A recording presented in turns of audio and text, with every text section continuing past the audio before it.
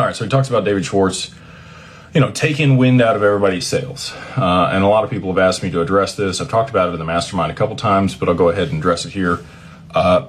So David sold his Ethereum at $1.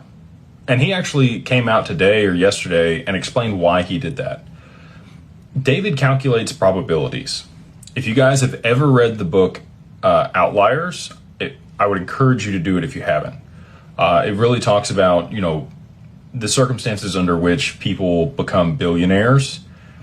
There's only 3,000-ish billionaires in the world today. There's 8 billion people. So what's the probability that you're going to become a billionaire? Not very high, right? And David thinks in probabilities. He thought that there was a 1% chance, and he even said this in a tweet, that Ethereum would go to $2,000. Like that wasn't even on his radar or in his thought process at the time. And it had dropped as low as 70 cents.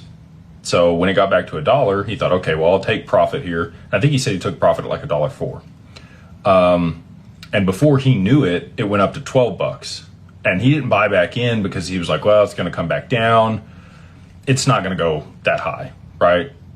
And it kept going. And, the solar panels that he put on his roof are probably the most expensive solar panels that anybody has ever bought at this point, because he sold the Ethereum, the opportunity cost on Ethereum, to buy the solar panels to put them on his house.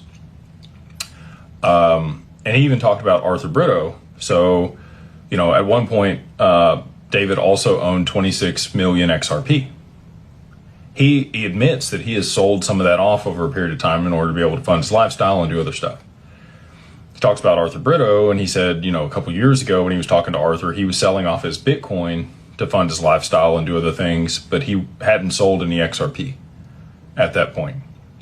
I can tell you many of the other employees at Ripple get paid in XRP, and many of them do not sell their XRP.